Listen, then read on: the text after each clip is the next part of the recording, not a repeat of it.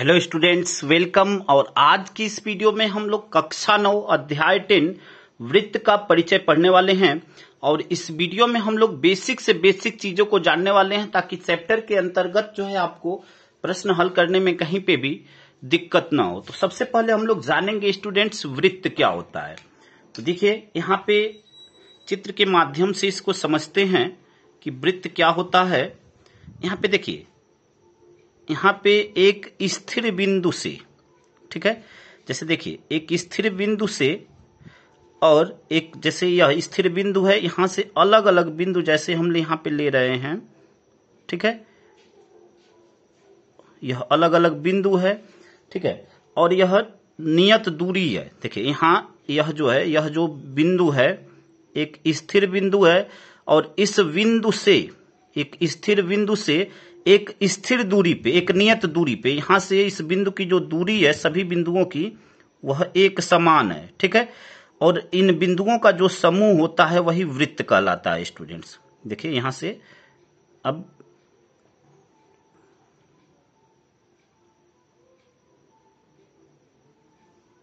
यहां से देखिए,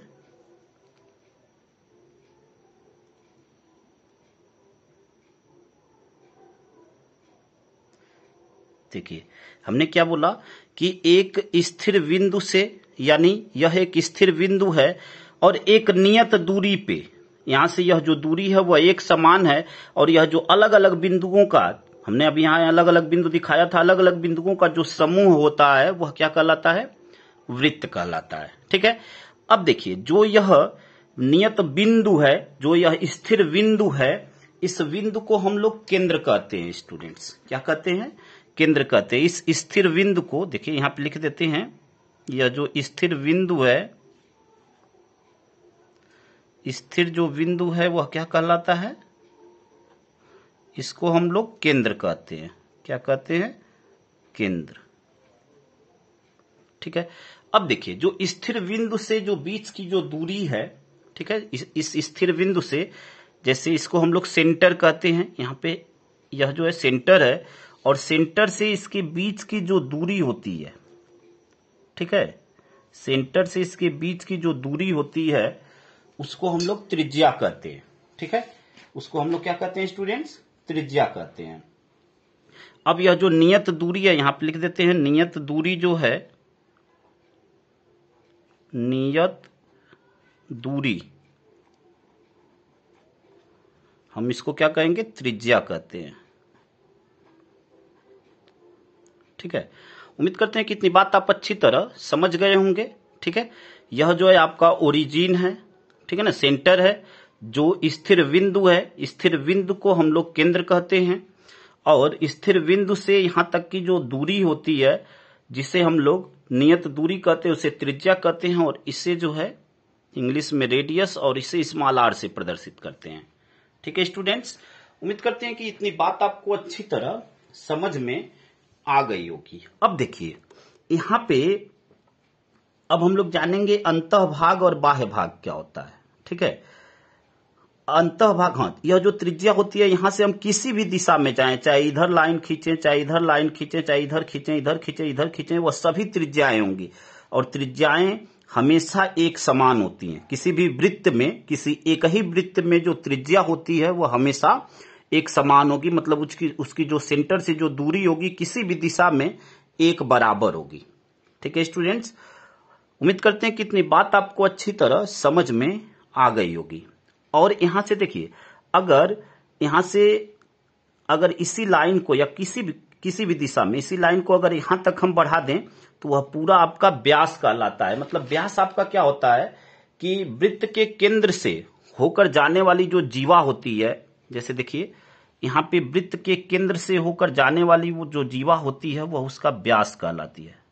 देखिए या तो ऐसे भी हो सकता है या यह केंद्र है, इसको ऐसे भी खींच सकते हैं, ठीक है। वृत्त के केंद्र से होकर जो जाने वाली जो जीवा होती है उसे हम लोग व्यास कहते हैं। मतलब यहां से यहां तक अगर हम इसका नाम दे दें ए बी, ठीक है, तो ए बी यहां पे क्या हो जाएगा? यह जो है वृत्त का क्या कहलाएगा? व्यास कहलाएगा। और व्यास जो है त्रिज्या का क्या होता है? 2 गुना होता है। यानी जो व्यास होता है ठीक है, व्यास जो है बराबर होता है 2 मल्टीप्लाई त्रिज्या के। व्यास जो है 2 मल्टीप्लाई त्रिज्या के बराबर होता है, यानी त्रिज्या का क्या होता है, 2 गुना होता है। ठीक है स्टूडेंट्स, अब देखिए अंतः भाग और वृत्त का अंतः भाग और बाह्य भाग क्या है।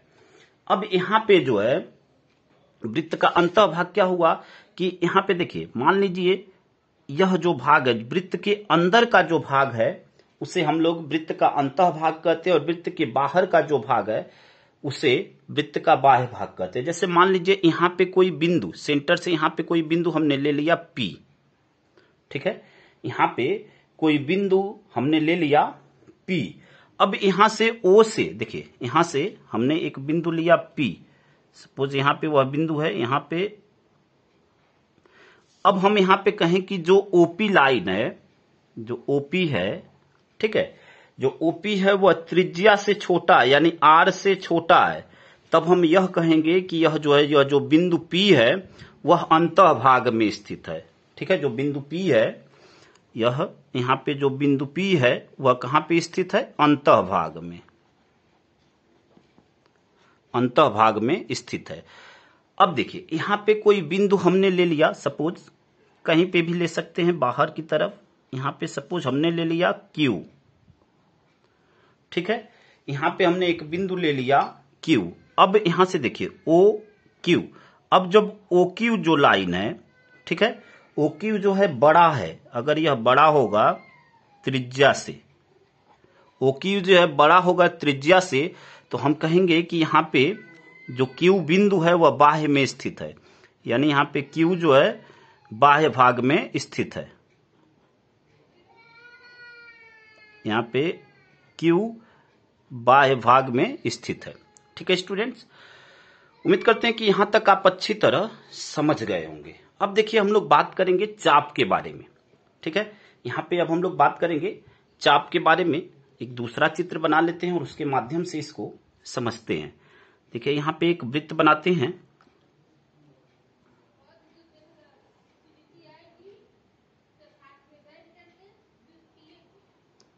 ठीक है, अब यहां पे देखिए यह इसका सेंटर है, यह अब चाप क्या होता है कि इस पे अगर कोई 2 भाग हम ले लें, ठीक है, यहां पे कोई 2 भाग ले लें, इस वृत्त पे कोई 2 भाग हमने ले लिया, यहां पे देखिए यहां पे यह 2 भाग ले लिया, और इसका हम कुछ नाम रख देते हैं, इस भाग का हम नाम रख देते हैं, मान लीजिए हमने नाम रख दिया इसका P और Q। ठीक है, जिससे आप यह समझ सकते हैं कि सपोज यह एक चूड़ी है और इसका इतना भाग जो है हमने क्या कर दिया, तोड़ दिया, तो यह जो है उसका क्या कहलाता है, चाप कहलाता है। ठीक है, यहाँ पे जो PQ है वह उसका चाप कहलाएगा। देखिए यहाँ पे यह जो भाग है यह उसका चाप कहलाएगा। अब देखिए इसमें जो ऊपर वाला भाग है उसको दीर्घ चाप कहते हैं, और जो नीचे वाला भाग है यानी यहां से यहां तक के नीचे का भाग है उसे लघु चाप कहते हैं। ठीक है स्टूडेंट्स, देखिए इसको क्या कहते हैं, लघु चाप, क्योंकि यह छोटा है, लघु मीन्स होता है छोटा, तो इसको हम लोग लघु चाप कहते हैं। और यह जो ऊपर वाला भाग है, इसके ऊपर वाला जो भाग है इसको हम लोग दीर्घ चाप कहते हैं, दीर्घ चाप कहते हैं। ठीक है, उम्मीद करते हैं कि इतनी बात आपको अच्छी तरह समझ में आ गई होगी। लघु चाप को इंग्लिश में माइनर आर्क कहते हैं और दीर्घ चाप को हम लोग मेजर आर्क कहते हैं। ठीक है स्टूडेंट्स, जो चाप होता है उसको हम इस टाइप से दिखाते हैं। सपोज यहाँ पे PQ एक चाप है, तो यहाँ पे PQ और ऐसे ऐसे झुका हुआ, ठीक है, इस टाइप से कहीं पे भी अगर आप देखेंगे तो आप इसको समझ सकते हैं कि यह क्या है, एक चाप है। ठीक है स्टूडेंट्स, उम्मीद करते हैं कि इतनी बात आप अच्छी तरह समझ गए होंगे। अब देखिए हम लोग बात करेंगे जीवा के बारे में। जीवा क्या होती है उसको समझ लेते हैं। अब यहां पे देखिए जीवा के बारे में हम लोग बात करते हैं, एक बार चित्र बनाते हैं और उसको समझते हैं।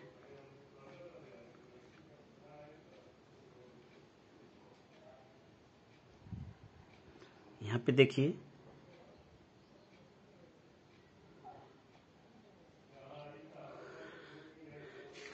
जीवा क्या होती है स्टूडेंट्स। अब देखिए यहां पे वृत्त में जो है वृत्त में कोई भी दो बिंदु को मिलाने वाला जो रेखाखंड होता है वह क्या कहलाता है? जीवा कहलाता है। जैसे यहाँ पे हम कोई भी दो बिंदु ले लें, सपोज हमने यहाँ पे ले लिया ए और यहाँ पे ले लिया बी, और इन बिंदुओं को मिलाने वाला जो रेखाखंड होता है वह कहलाता है जीवा। यहाँ पे दो बिंदु हमने लिया और इन दो बिंदुओं को मिलाने वाला जो रेखाखंड होता है वह जीवा होता है। हाँ, यह आपका सेंटर है, ठीक है ना, यह आपका केंद्र है। और अब केंद्र से भी अगर हम कोई लाइन खींचते हैं तो वह भी एक जीवा होती है, और जिसे हम लोग व्यास कहते हैं। और व्यास जो है किसी वृत्त की सबसे बड़ी जीवा होती है। ठीक है स्टूडेंट्स, जो व्यास होता है वह किसी वृत्त का सबसे बड़ी जीवा होती है। हाँ, जीवा किसी दो बिंदु को, अब वह बिंदु देखिए ऐसे भी हम मिला सकते हैं, ऐसे भी हो सकता है, ऐसे भी हो सकता है। लेकिन अगर यही जो रेखाखंड है अगर वह सेंटर से होकर आएगा तो वह भी जीवा होगा, और उसी जीवा को हम लोग क्या कहते हैं स्टूडेंट्स? व्यास कहते हैं। ठीक है, तो यहाँ पे देखिए यह ए और बी दो बिंदु हमने लिया और यहाँ पे इन दोनों बिंदुओं को मिलाया, यह जो रेखाखंड है वही क्या कहलाता है? जीवा कहलाता है। ठीक है, उम्मीद करते हैं कि इतनी बात आपको अच्छी तरह समझ में आ गई होगी। जो व्यास होता है, यहाँ पे देखिए सेंटर से होकर एक लाइन खींचते हैं, जो व्यास होता है वह भी एक जीवा होती है, और यह वृत्त की सबसे बड़ी जीवा होती है। ठीक है, जो व्यास होता है वह वृत्त का सबसे बड़ी जीवा होती है। ठीक है स्टूडेंट्स, उम्मीद करते हैं कि इतनी बात आपको अच्छी तरह समझ में आ गई होगी। और इंग्लिश में इसको हम लोग कॉर्ड कहते हैं। जीवा को हम इंग्लिश में क्या कहते हैं? देखिए यहाँ पे जीवा को हम इंग्लिश में कॉर्ड कहते हैं। ठीक है, उम्मीद करते हैं कि इतनी बात आपको अच्छी तरह समझ में आ गई होगी। हाँ, देखिए जो व्यास होता है स्टूडेंट्स, दो तीन चीजें व्यास के बारे में जान लीजिए कि जो व्यास होता है, एक वृत्त के जो है अनेक व्यास हो सकते हैं। देखिए हम चाहें तो यहां से, यहां सेंटर से होकर लाइन खींच सकते हैं, ऐसे भी खींच सकते हैं, ऐसे भी खींच सकते हैं, ऐसे भी खींच सकते हैं, ऐसे भी, मतलब किसी भी वृत्त के जो व्यास होते हैं वो अनेक हो सकते हैं। लेकिन एक ही वृत्त के जो व्यास होते हैं उनकी लंबाइयां जो है हमेशा एक समान होंगी। ठीक है, किसी भी एक ही वृत्त का जो व्यास होता है उसकी लंबाई सदैव बराबर होती है। ठीक है, अब देखिए जो वृत्त का जो व्यास होता है वह त्रिज्या का क्या होता है? दो गुना होता है, जो कि पीछे अभी हमने आपको यहाँ पे बताया कि व्यास बराबर टू मल्टीप्लाई त्रिज्या। तो जो व्यास होता है वह त्रिज्या क्या दो गुना होता है। ठीक है स्टूडेंट्स, उम्मीद करते हैं कि यहां तक बिल्कुल आपको अच्छी तरह समझ में आ गया होगा स्टूडेंट्स। अब देखिए हम लोग बात करेंगे स्टूडेंट्स यहाँ पे वृत्तखंड की। वृत्तखंड क्या होता है इसको समझ लेते हैं। वृत्तखंड के बारे में हम लोग जान लेते हैं कि क्या होता है वृत्तखंड। यहाँ पे सबसे पहले एक वृत्त बनाते हैं और उसके माध्यम से इसको समझते हैं।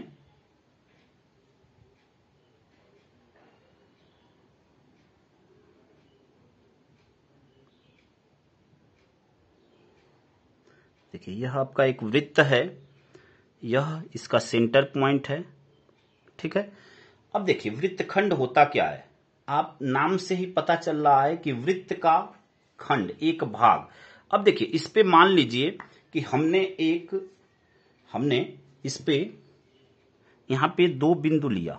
ठीक है, हमने यहां पे दो बिंदु लिया, जैसे यहां पे दो बिंदु लिया, सपोज उसका नाम हमने रख दिया PQ। ठीक है, इसका नाम हमने PQ रख दिया और यहां से एक रेखाखंड खींचा, इन दोनों को मिलाया। ठीक है, इस रेखाखंड के थ्रू इन दोनों को मिलाया, मतलब हमने इस वृत्त पे एक जीवा लिया। ठीक है, अब देखिए इस वृत्त पे जो जीवा लिया, अब यहां से और इस वृत्त के बीच का जो भाग है यह वृत्तखंड कहलाता है, यानी वृत्त का भाग कहलाता है। ठीक है, इंग्लिश में इसको वृत्तखंड को हम लोग सेगमेंट ऑफ सर्कल बोलते हैं, मतलब वृत्तखंड का यह वृत्तखंड हो गया।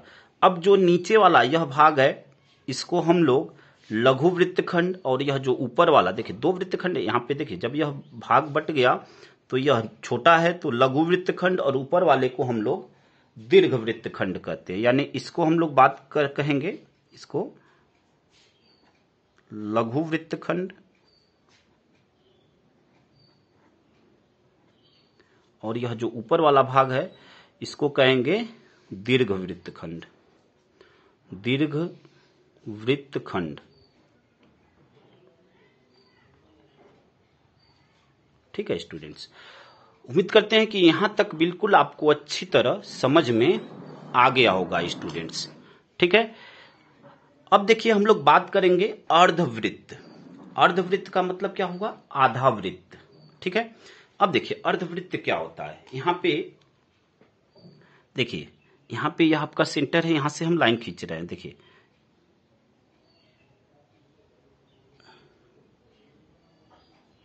यहां से ऐसे।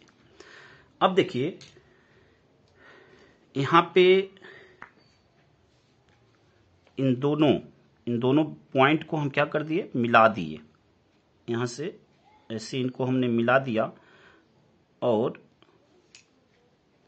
यह आपका क्या कहलाएगा? अर्धवृत्त, ठीक है स्टूडेंट। यह आपका क्या कहलाएगा स्टूडेंट्स? अर्धवृत्त यानी आधा वृत्त। इसको इंग्लिश में हम लोग सेमी सर्कल कहते हैं। इंग्लिश में इसको हम लोग सेमी सर्कल कहते हैं। अब यहाँ पे अर्धवृत्त में यह जो लाइन है वह क्या कहलाती है? व्यास कहलाती है, ठीक है। और जो अर्धवृत्त होता है किसी भी वृत्त को दो बराबर चापों में विभाजित करता है। यह जो अर्धवृत्त है, अगर इस लाइन को पूरा हम करें तो यह एक वृत्त बनेगा। और जो अर्धवृत्त है किसी भी वृत्त को दो बराबर चापों में यानी दो बराबर वृत्तों में विभाजित करता है। और यह जो चाप होते हैं, प्रत्येक चाप जो है क्या कहलाता है? अर्धवृत्त कहलाता है। अगर मान लीजिए यह पूरी लाइन हम कंप्लीट करते हैं, जैसे देखिए यहां पे देखिए, यहां से इसको कंप्लीट करते हैं और यहां पे इसको हमने कंप्लीट कर दिया। अब यहां से देखिए यह जो सेंटर है, ठीक है, यहां पे जो सेंटर है, सेंटर यह आपका सेंटर है और यह जो चाप है इस वृत्त को दो बराबर भागों में क्या करता है? विभाजित करता है। प्रत्येक भाग जो है अर्धवृत्त कहलाता है। यानी यहाँ पे यह भाग अर्धवृत्त है और यह भी भाग क्या है? अर्धवृत्त है। और यहां से यहां यह जो चाप है, ठीक है, यह जो चाप है वह क्या कहलाएगा आपका? यह जो है चाप आपका व्यास कहलाता है, जो कि सेंटर से होकर जाता है, ठीक है स्टूडेंट्स। तो उम्मीद करते हैं कि यहां तक आपको बिल्कुल अच्छी तरह समझ में आ गया होगा स्टूडेंट्स। स्टूडेंट्स अगर वीडियो आपको अच्छा लगा तो वीडियो को लाइक करिए, सब चैनल को सब्सक्राइब करिए और अपने दोस्तों तक अधिक से अधिक मात्रा में जरूर शेयर करिए ताकि चैनल की हेल्प हो सके। धन्यवाद स्टूडेंट्स। जय हिंद, जय भारत। अगली वीडियो में हम कुछ प्रमेय के साथ मिलेंगे। धन्यवाद।